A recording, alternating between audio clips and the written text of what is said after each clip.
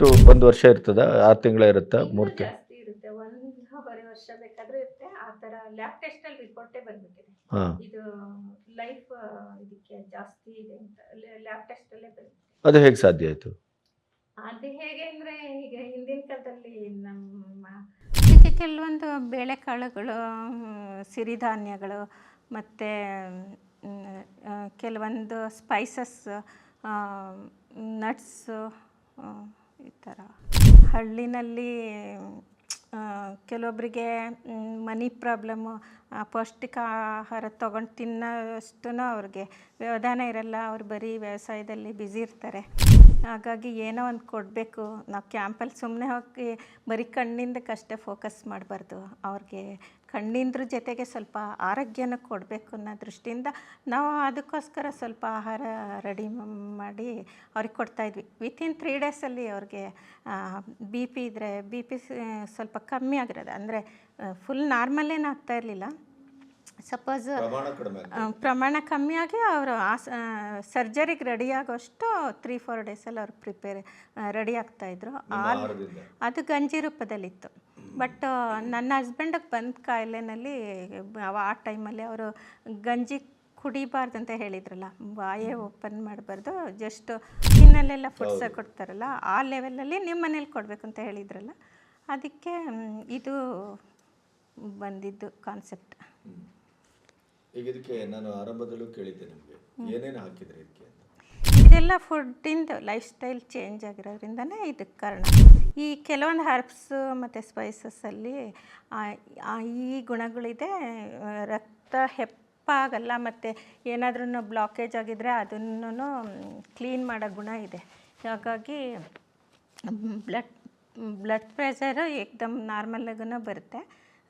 Almost ನಮ್ಮ ಬಾಡಿಗೆ ಬೇಕಾದ ನ್ಯೂಟ್ರಿಯೆಂಟ್ಸು ಇದರಲ್ಲೆಲ್ಲ ಸಿಗೋದ್ರಿಂದ ಈವನ್ನು ಸರ್ಜರಿಯಿಂದ ಬಂದ ಪೇಷಂಟು ಬೇಗ ರಿಕವರಿ ಆಗ್ತಾರೆ. ಮತ್ತು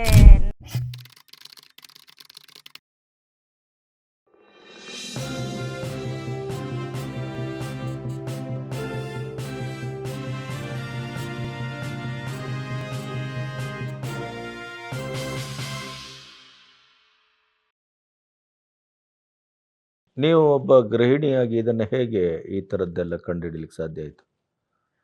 ಅಂದರೆ ಆಲ್ ಇನ್ ಒನ್, ಒಂದೇ ಆಹಾರದಲ್ಲಿ ಎಲ್ಲವೂ ಸಿಗುವಾಗೆ, ಅಂದರೆ ಮನುಷ್ಯನಿಗೆ ಬೇಕಾದ ಪೋಷಕಾಂಶಗಳೂ ಸಿಗ್ತವೆ, ಜೀವನದ ಲವಲವಿಕೆಯೂ ಸಿಗುತ್ತೆ, ಹಸಿವೂ ಇಂಗುತ್ತೆ, ಆರೋಗ್ಯಪೂರ್ಣ ಬೇರೆ.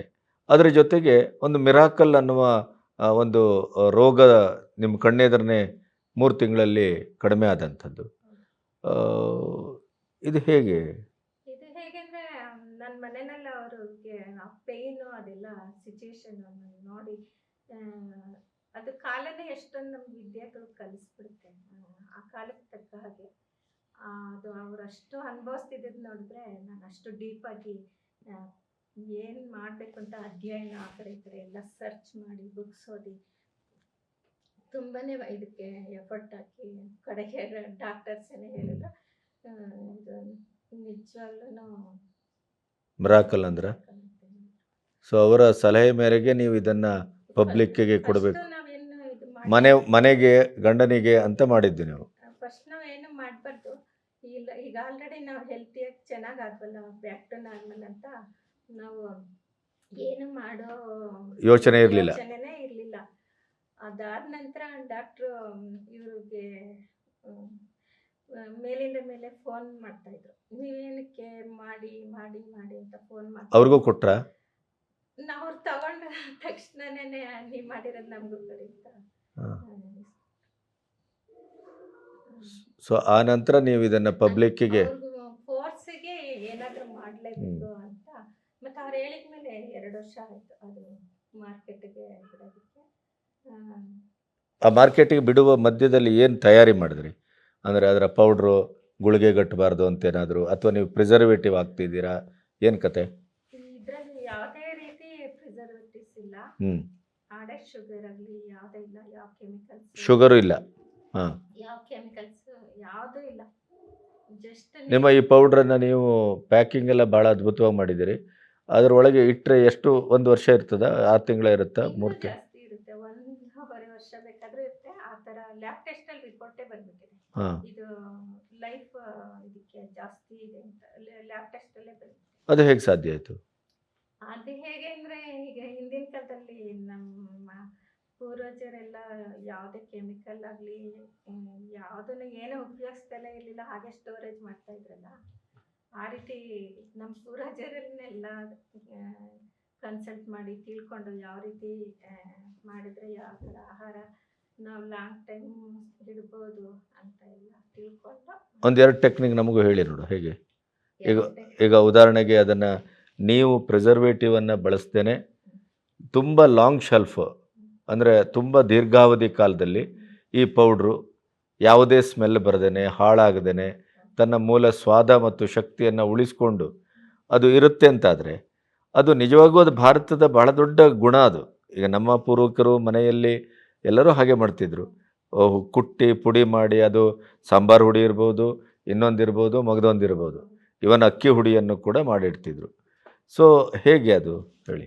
ಹೇಗೆ ಅದು ಪ್ರತಿ ಒಂದು ಗ್ರೈನ್ಸ್ ಮತ್ತು ಮಿಲೆಟ್ಸ್ಗಳು ನಾವು ಹುರಿಯೋ ಟೈಮಲ್ಲಿ ಅದು ಇಂತಿಷ್ಟೇ ಫ್ಲೇಮ್ ಅಂತ. ಟೆಂಪ್ರೇಚರ್ ಹಾಂ. ಮತ್ತು ಅದರಲ್ಲಿ ಮಾಯಿಶ್ಚರ್ ಕಂಟೆಂಟ್ ಸ್ವಲ್ಪನೂ ಇರಬಾರ್ದು. ಹ್ಞೂ ಅಷ್ಟು ನಾವು ಕಂಡುಹಿಡಿಬೇಕು ಯಾವ ಲೆವೆಲ್ಗೆ ನಾವು ಅದನ್ನು ಯಾವ ಕನ್ಸಿಸ್ಟೆನ್ಸಿನಲ್ಲಿ ಅದನ್ನು ಫ್ರೈ ಮಾಡಿದ್ರೆ ಅದಕ್ಕೆ ಲಾಂಗ್ ಲೈಫ್ ಬರುತ್ತೆ. ಹ್ಞೂ ಅದನ್ನು ನಾವು ಕಂಡುಹಿಡ್ಕೊಂಡ್ಬಿಟ್ಟಿದ್ದೀವಿ. ರುಚಿನೂ ಅದಕ್ಕೆ ಸಂಬಂಧಪಟ್ಟಿದೆಯಾ? ಈ ನೀವು ಇಂಥ ಟೆಂಪ್ರೇಚರಲ್ಲಿ? ಹೌದು. ಹಾಂ. ಯಾಕೆಂದರೆ ನೀವು ಅದು ಕರೆಕ್ಟ್ ಫಾರಮಲ್ಲಿ ಏನಾದರೂ ನಾವು ಹುರಿಲಿಲ್ಲ ಅಂದರೆ ಮತ್ತೆ ವಾಪಸ್ ಆರೋಗ್ಯಕ್ಕೇನೆ ಅದು ಪ್ರಾಬ್ಲಮೇ ಆಗುತ್ತೆ. ಹ್ಮ್. ಈ ಹಸಿ ಏನಾದ್ರೂ ನಾವು ತಿಂದರೆ ಈ ಬ್ಲೋಟಿಂಗ್ ಆಗೋದು ಈ ಥರ ಎಲ್ಲ ಬೇರೆ ಬೇರೆ ಉಬ್ಬರಸ ಬರುವಂಗಾಗೋದು. ಪ್ರಾಬ್ಲಮ್ಸ್ ಹ್ಮ್. ಆಗುತ್ತೆ. ಆದರೆ ಇದರಲ್ಲಿ ಯಾವುದೇ ರೀತಿ ಗ್ಯಾಸ್ಟ್ರಿಕ್ ಆಗಲಿ ಇರೋರು ವಾಸಿನೂ ಆಗಿದೆ. ಈಗಾಗಲೇ ಸುಮಾರು ಜನಕ್ಕೆ ನಾವು ಕೊಟ್ಟಿದ್ದೀವಿ, ಥೌಸಂಡ್ಸ್ ಅಬೌವ್ ಗ್ರಾಹಕರಿಗೆ ಕೊಟ್ಟಿದ್ದೀವಿ. ಎಷ್ಟು ಕಾಲದಿಂದ ಮಾರ್ಕೆಟ್ ಮಾಡ್ತಾ ಇದ್ದೀರಿ ನೀವು? ಇದು ಸುಮಾರು 6 ವರ್ಷದಿಂದ ಮಾಡಿ, ಬಟ್ ಈಗ ಮಿನಿಟ್ ಮಾಲ್ಟ್ ಅನ್ನೋದು ಮಾಡಿ ಜಸ್ಟ್ ಅಂದರೆ ಅದೆಲ್ಲ ಪ್ರೊಸೆಸಿಂಗ್ ಹಾಕಿ ಎಲ್ಲ ಒಂದು ನಾವು ಈಗ ಬಿಡ್ಬೋದು ಮಾರ್ಕೆಟ್ಗೆ ಅಂತ ಬಂದಿದ್ದು 6 ಮಂತ್ಸ್. ಸೊ ಅದರ ಪೂರ್ವಭಾವಿಯಲ್ಲಿ ಅದರ ತಯಾರಿಕೆಗೆಲ್ಲ ವ್ಯವಸ್ಥೆ ಎಲ್ಲ ಮಾಡ್ಕೊಂಡ್ರ ಏನು? ಹಾಂ, ಫ್ಯಾಕ್ಟ್ರಿನಲ್ಲಿ ಅದಕ್ಕೆ ಬೇಕಾದ್ದು ಮಿಷನರೀಸ್ ಮತ್ತು ಪ್ರತಿಯೊಂದು ಈಗೊಂದು ಲಾಸ್ಟ್ ಸ್ಕೇಲಲ್ಲಿ ನಾವೇನೋ ಮಾಡಬೇಕು ಅಂದರೆ ಸುಮಾರು ತಯಾರಿ ಬೇಕಾಗುತ್ತೆ. ಆ ತಯಾರಿಗೆನೇ ಒಂದು 6 ಮಂತ್ಸ್ ಆಗಿದೆ. ಹ್ಮ್ ಹ್ಮ್. ವೀಕ್ಷಕರೇ, ಇದರ ಮಧ್ಯೆ ನೀವು ಅವರು ಈ ಮಿಲೆಟ್ಸನ್ನು ಯಾವ ರೀತಿ ತಯಾರು ಮಾಡ್ತಾರೆ, ಅದನ್ನು ಯಾವ ರೀತಿ ಆಯ್ಕೆ ಮಾಡ್ತಾರೆ, ಜರಡಿ ಹಿಡಿತಾರೆ, ಮತ್ತು ಅದು ಯಾವ ಟೆಂಪ್ರೇಚರಲ್ಲಿ ಹುರಿತಾರೆ, ಇವೆಲ್ಲವನ್ನು ಆ ಪ್ರಾಸೆಸ್ಸಿಂಗನ್ನು ನೀವು ಬೇಕಾದ್ರೆ ಒಂಚೂರು ಒಂದು ಝಲಕ್ಕನ್ನು ನೋಡ್ಬೋದು ಅಂತ ಅನ್ನಿಸ್ತದೆ ನನಗೆ.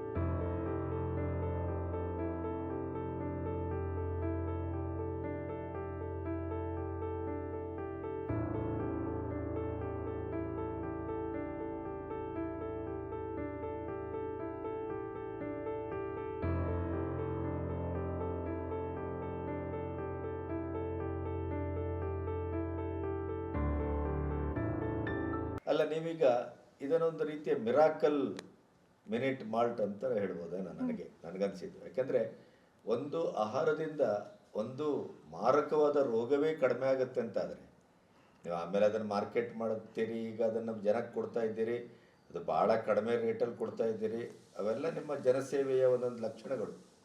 ಅದಾಯಿತು. ಆದರೆ ನಾನು ಹೇಳೋದು, ಈ ಇಂಥ ಒಂದು ಫುಡ್ಡನ್ನು ತಯಾರು ಮಾಡಬೇಕು ಅಂತಾದರೆ ನಿಮ್ಮದೇ ಆದಂಥ ಒಂದು ಗೃಹಿಣಿಯಾಗಿ ನಿಮಗೆ ಮೊದಲಿಂದಲೂ ಇಂಥದ್ದೊಂದು ಗುಣ ಇರಬೇಕು ಅಂತ ಆಯ್ತಲ್ಲ. ನಾನು ಚಿಕ್ಕದ್ರಿಂದ ನನಗೆ ಅಡುಗೆ ಮಾಡೋದ್ರಲ್ಲಿ ತುಂಬ ಇಂಟ್ರೆಸ್ಟಿಂಗ್. ಜಸ್ಟ್ ನಾನೊಂದು 5 ಇಯರ್ಸ್ 6 ಇಯರ್ಸ್ ಇದ್ದೇನೋ ಅಷ್ಟೇ. ನನಗೆ ಈ ಥರ ಏನೋ ತಿಂಡಿ ತಿನ್ನಬೇಕಂದ್ರೆ ಅದು ತಿನ್ನಲೇಬೇಕು, ಆ ಕ್ಷಣವೇ ನಾನು ಮಾಡ್ಕೊಂಡು ತಿನ್ನಬೇಕು. ಅದಕ್ಕೆ ಬೇಕಾದ ಸಾಮಾನು ಮನೇಲಿ ಇಲ್ಲ ಅಂದ್ರೂ ಹೊರಗಡೆ ಅದೆಲ್ಲ ತರಿಸ್ಬಿಟ್ಟು ಆ ಕ್ಷಣಕ್ಕೇ ವಿತಿನ್ ಹಾಫ್ ಆನ್ ಅವರಲ್ಲಿ ನಾನು ಅದು ರೆಡಿ ಆಗಲೇಬೇಕು, ಅದು ತಿನ್ನಲೇಬೇಕು. ಆ ಗುಣ ನನ್ನಲ್ಲಿ ಹುಟ್ಟು ಗುಣ ಬಂದುಬಿಟ್ಟಿದೆ ಆ ಥರ. ಹೇಳಿ. ಆಮೇಲೆ ಅದರಿಂದ ಇದು ಹೇಗೆ ನಿಮ್ಮ ಇದೇಗೆ ಮತ್ತು ಈ ಥರನೇ ಫುಡ್ಡು ನೋಡಿದ್ದು ಕಂಡಿದ್ದು ಕೇಳಿದ್ದೆಲ್ಲ ಆ ಕ್ಷಣಕ್ಕೆ ಮಾಡಲೇಬೇಕು, ವಿತಿನ್ ಹಾಫ್ ಆನ್ ಅವರಲ್ಲಿ ತಿನ್ನಬೇಕು, ಆ ಥರ ಸ್ವಭಾವ ಬಂದಿದೆ. ಮತ್ತು ಈಗಿನ ಕಾಲಕ್ಕೆ ತಕ್ಕಾಗಿ ಮತ್ತು ಕೊಲೆಸ್ಟ್ರಾಲ್ ಜಾಸ್ತಿ ಮಾಡ್ಕೋಬಾರ್ದು, ಹೆಲ್ತ್ ಚೆನ್ನಾಗಿ ಇಟ್ಕೋಬೇಕು ಅನ್ನೋ ಕಾನ್ಸೆಪ್ಟ್ ಜಾಸ್ತಿ ಆಗಿರೋದ್ರಿಂದ ಮತ್ತು ಕ್ಷಣ ಮಾತ್ರದಲ್ಲಿ ತಯಾರಿಸ್ಬೇಕು. ಈಗ ಎಲ್ಲ ಜನಕ್ಕೂ ನಾವು ಅಪ್ಡೇಟ್ ಆಗಿರಬೇಕು. ಈಗ ಯಾರಿಗೂ ಸಮಯನೇ ಇಲ್ಲ, 5 ಮಿನಿಟ್ಸ್ ಸಮಯನೂ ಇಲ್ಲ.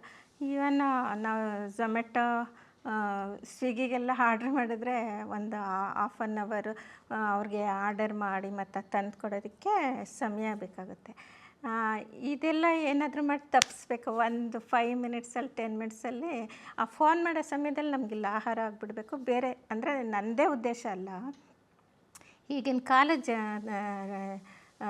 ಜನ್ರೇಷನ್ಗೆ ಏನಾದರೂ ಒಂದು ಕೊಡುಗೆ ಕೊಡಬೇಕು ಅನ್ನೋದೊಂದು ಮನಸ್ಸಲ್ಲಿತ್ತು.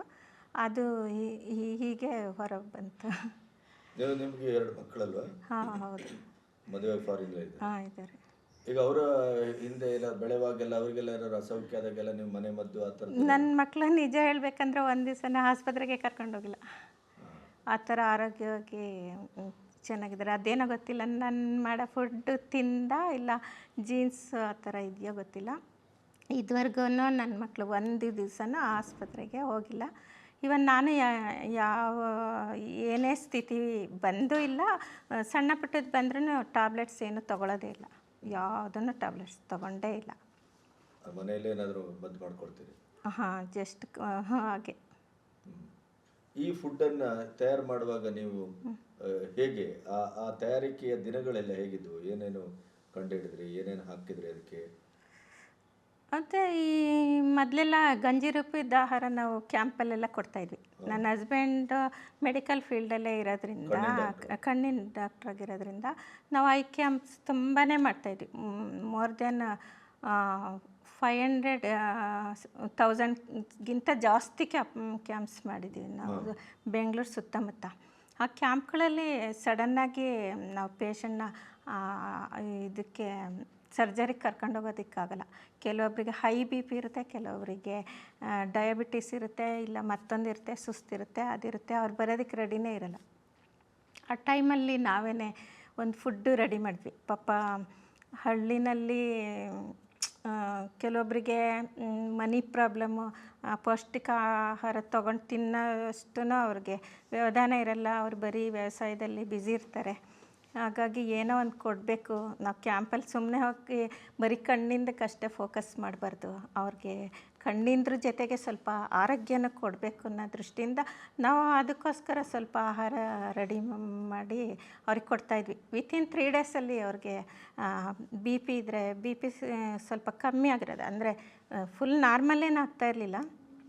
ಸಪೋಸ್ ಪ್ರಮಾಣ ಕಮ್ಮಿಯಾಗಿ ಅವರು ಸರ್ಜರಿಗೆ ರೆಡಿ ಆಗೋಷ್ಟು 3-4 ಡೇಸಲ್ಲಿ ಅವ್ರು ರೆಡಿ ಆಗ್ತಾಯಿದ್ರು. ಅದು ಗಂಜಿ ರೂಪದಲ್ಲಿತ್ತು.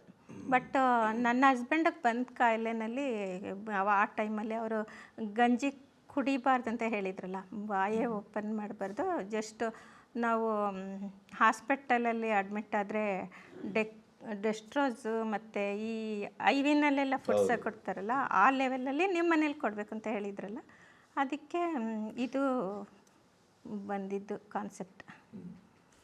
ಈಗ ಇದಕ್ಕೆ ನಾನು ಆರಂಭದಲ್ಲೂ ಕೇಳಿದ್ದೆ ನಿಮಗೆ, ಏನೇನು ಹಾಕಿದ್ರಿ ಇದಕ್ಕೆ? ಇದಕ್ಕೆ ಕೆಲವೊಂದು ಬೇಳೆಕಾಳುಗಳು, ಸಿರಿಧಾನ್ಯಗಳು ಮತ್ತು ಕೆಲವೊಂದು ಸ್ಪೈಸಸ್, ನಟ್ಸು, ಈ ಥರ. ಇದರಲ್ಲಿ ಅಕ್ಕಿ, ರಾಗಿ, ಗೋಧಿ, ಜೋಳ ಬಿಟ್ಟು ಕೆಲವೊಂದು ಈ ಥರ ಧಾನ್ಯಗಳನ್ನು ಹಾಕಿದ್ದೀವಿ. ಕೆಲವೊಂದು ಇದು ಅಡುಗೆ ಮನೇಲಿ ಸಿಗೋಂಥ ಆಹಾರದಲ್ಲಿ ನಮ್ಮ ಬಾಡಿ ಫಂಕ್ಷನ್ಸ್ ಸರಿ ಮಾಡೋಷ್ಟು ಗುಣ ಇದೆ. ಆದರೆ ಅದ್ರ ಬಗ್ಗೆ ಇದುವರೆಗೂ ಕೆಲವು ಜನಕ್ಕಷ್ಟೇ ಮಾತ್ರ ಗೊತ್ತು. ಅದು ಹೇಗೆ ಅಂದರೆ ಕೆಲವೊಂದು ಸ್ಪೈಸಸ್ ಹರ್ಬ್ಸಲ್ಲಿ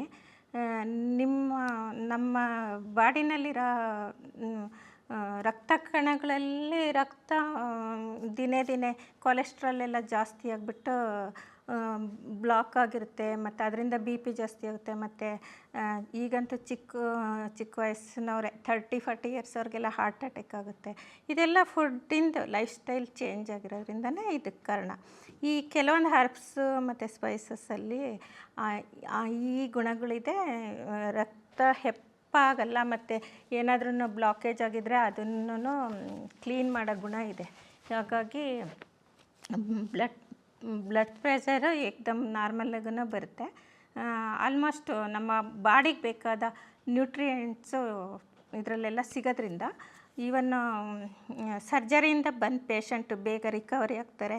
ಮತ್ತು ನಾರ್ಮಲ್ ಅವ್ರಿಗೆ ಏನಾದ್ರೂ ಸ್ವಲ್ಪ ತೊಂದರೆ ಇದ್ದರೆ ಆರೋಗ್ಯದಲ್ಲಿ ಅವರು ಕೂಡ ರಿಕವರಿ ಆಗ್ತಾರೆ. ಅಷ್ಟೊಂದು ಕಾನ್ಫಿಡೆನ್ಸ್ ನಮಗೆ ಬಂದುಬಿಟ್ಟಿದೆ. ಯಾಕೆಂದರೆ ಮನೆಯಲ್ಲೇ ನನ್ನ ಹಸ್ಬೆಂಡ್ ಸಾವಿನಿಂದ ಗೆದ್ದು ಹೊರ ಬಂದಿದ್ದಾರೆ.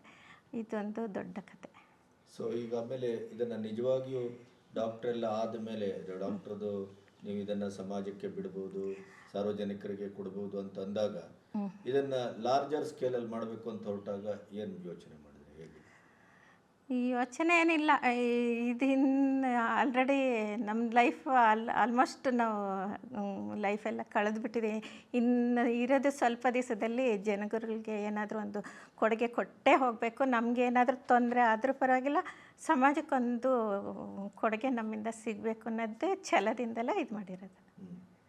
ಸೊ ಯಾವ ಥರ ಹೆಜ್ಜೆ ಮುಂದಿಟ್ಟು ಈಗ 6 ತಿಂಗಳಿಂದ ಮಾರ್ಕೆಟಿಗೆ ಬಿಡ್ತಾ ಇದ್ದೀರಿ ಈ ಥರ ಪ್ಯಾಕೆಟ್ ಮೂಲಕ. ಆ ಪ್ಯಾಕೆಟಿಗೆ ಬರುವಲ್ಲಿವರೆಗಿನ ಪ್ರಾಸೆಸ್ ಏನು ಹೇಳಿ? ಪ್ರಾಸೆಸ್ ನಾವು ಫಸ್ಟು ಯಾವ್ದು ಧಾನ್ಯಗಳನ್ನು ಆಯ್ಕೆ ಮಾಡ್ಕೊಳ್ತೀವಿ. ರೈತರಿಂದಲೇ ಹಳ್ಳಿಗಳಲ್ಲೆಲ್ಲ ಆದಷ್ಟು ಏನು ಇದು ತರ್ತೀರಾ, ಏನು ಪೆಸ್ಟಿಸೈಡ್ ಎಲ್ಲ ಹಾಕದೇ ಇದ್ದಂಥದ್ದು? ಅದೆಲ್ಲ ನಮಗೆ ಪರಿಚಯದವರು ಈಗ ಆಲ್ರೆಡಿ ನಾವು ಥೌಸಂಡ್ಸ್ ಇದು ಹೈ ಕ್ಯಾಂಪ್ ಮಾಡಿರೋದ್ರಿಂದ ತುಂಬ ರೈತರು ನಮ್ಮ ಆಪ್ತರೇ ಇದ್ದಾರೆ. ಅವರು ನಮ್ಗೆ ಮೋಸ ಮಾಡೋದಕ್ಕೆ ಆಗೋದಿಲ್ಲ. ನಾವು ಜಸ್ಟ್ ಹಳ್ಳಿಗೆ ಹೋದರೆ ಸಾಕು, ನಮ್ಮನ್ನೇನೋ ದೇವ್ರ ಥರ ಟ್ರೀಟ್ ಮಾಡ್ತಾರೆ. ಅವರೆಲ್ಲ ನಮ್ಗೆ ಮೋಸ ಮಾಡೋದು ಸಾಧ್ಯ. ಅಂದರೆ ಅಲ್ಲಿ ಏನು ಬೆಳೀತಾರೆ, ಹಸುವಿನ ಗೊಬ್ಬರ, ಅದು ಕೃತಕ ಗೊಬ್ಬರಗಳು ಹಾಕಿ ಏನು ಬೆಳೀತಾರೆ ಅದನ್ನೇ ನಮ್ಗೆ ಅವ್ರು ಸಪ್ಲೈ ಮಾಡ್ತಾರೆ. ಕೃತಕ ಗೊಬ್ಬರ ಹಾಕದೇನೆ ಹಸುವಿನ ಗೊಬ್ಬರ ಹಾಕಿ ಬೆಳೆಸುವಂತ ನ್ಯಾಚುರಲ್ ಫಾರ್ಮಿಂಗ್, ಹೌದು, ಅದನ್ನೇ ಆಯ್ಕೆ ಮಾಡಿ ತರ್ತೀವಿ. ಆಮೇಲೆ ಅದು ತಂದಮೇಲೆ ಮತ್ತೆ ಅದು ಕ್ಲೀನಿಂಗ್ ಪ್ರೊಸೆಸ್ ಇರುತ್ತೆ, ಶುದ್ಧೀಕರಣ. ಏನು ಡಸ್ಟ್ ಸ್ವಲ್ಪನೂ ಡಸ್ಟ್ ಇರಲೇಬಾರ್ದು, 100% ಡಸ್ಟ್ ರಿಮೂವ್ ಮಾಡೋ ಪ್ರೊಸೆಸ್ಸು. ಅದಾದ ನಂತರ ಮತ್ತೆ ನಾವು ಅದನ್ನು ಲ್ಯಾಬಿಗೆ ಕಳಿಸ್ತೀವಿ. ಇದು ಮಾಡಲು ಯೋಗ್ಯ ಆಗಿದೆಯಾ ಹೇಗೆ ಅಂತ. ಮತ್ತು ಅದೇ ರಿಪೋರ್ಟ್ ಬಂದಮೇಲೆ ಮತ್ತು ಅದು ನೆಕ್ಸ್ಟ್ ಪ್ರೊಸೆಸ್ಸು ಅದನ್ನು ರೋಸ್ಟಿಂಗ್ ಮಾಡೋದು. ರೋಸ್ಟಿಂಗ್ ಆದ ನಂತರ ನಾವು ಅದೇ ಪೌಡರ್ ಮಾಡೋದು, ಮತ್ತು ಅದು ಬ್ಲೆಂಡಿಂಗ್ ಮಾಡೋದು, ಅದು ಪೌಡರನ್ನು ಅದು ಮತ್ತು ಅದನ್ನು ಜರಡಿ ಹಿಡಿಯೋದು. ಅದಾದ ನಂತರ ತಕ್ಷಣವೇ ಮತ್ತು ಪ್ಯಾಕಿಂಗ್ ಮಾಡೋದು. ಇಷ್ಟು ಪ್ರೊಸೆಸ್. ಇಲ್ಲಿವರೆಗೆ ನಿಮಗೆ ಈ 6 ತಿಂಗಳಲ್ಲಿ ಏನು ಪ್ರತಿಕ್ರಿಯೆ ಬಂದಿದೆ ಸಾರ್ವಜನಿಕರಿಂದ? ಇದುವರೆಗೂ ತೊಗೊಂಡಿರೋರು ಎಲ್ಲರೂ ನಾವು ಕೇಳ್ದಲೇ ಅವರ ಅನುಭವ ಸಂತೋಷವಾಗಿ ನಮ್ಮ ಹತ್ರ ಅವರೇ ಫೋನ್ ಮಾಡೆಲ್ಲ ಹೇಳ್ತಿದ್ದಾರೆ. ಜೊತೆಗೆ ಎಷ್ಟೋ ಜನ ತಿಳಿದಿರೋರು ವಿಡಿಯೋಗಳು ಮಾಡಿ ಕಳಿಸಿದ್ದಾರೆ. ಯಾರಿಗಾದರೂ ಸೌಖ್ಯ ಆದವರಿಗೆ ಅಥವಾ ಆ ಥರದ್ದೇನಾದರೂ ಲಕ್ಷಣ ಇದ್ದವರಿಗೆಲ್ಲ ಕಡಿಮೆ ಆದದ್ದು? ಇದೆ, ಸುಮಾರಿದೆ. ಅದು ಮುಂದಿನ ದಿನಗಳಲ್ಲಿ ನಾವು ಯೂಟ್ಯೂಬಲ್ಲಿ ಹಾಕ್ತೀವಿ. ಇದುವರೆಗೂ ವಿಡಿಯೋ ಮಾಡಿ ಕಳಿಸಿದ್ದಾರಲ್ಲ ಅದೆಲ್ಲ ನಮ್ಮ ಹತ್ರ ಇದೆ.